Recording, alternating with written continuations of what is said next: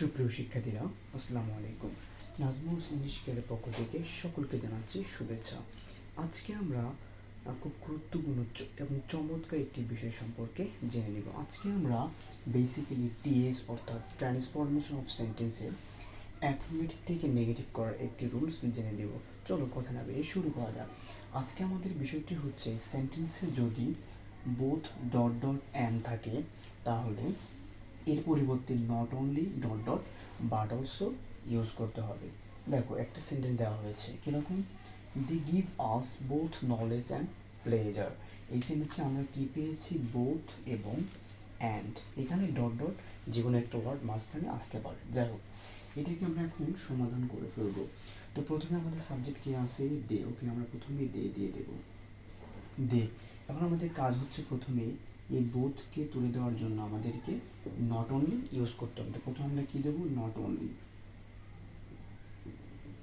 ওকে, এরপর আমাদের যে সাবজেক্টটি পড়ে যেটুকু আছে সেটুকু আমাদের দিতে হবে।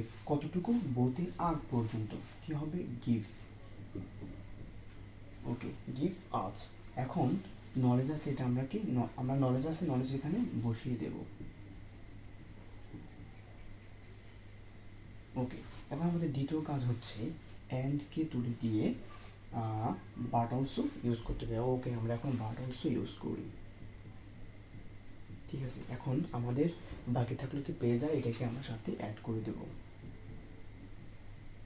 ওকে, হয়ে গেল আমাদের অ্যাফার্মেটিভ থেকে নেগেটিভ। কী হলো, প্রথমে আমরা সাবজেক্ট আছে, সাবজেক্ট রেখে দিলাম। এখন আমাদের কাজ হচ্ছে বোথ। তো বোথকে আমরা কী করলাম, নট অনলি দিয়ে উঠিয়ে দিলাম।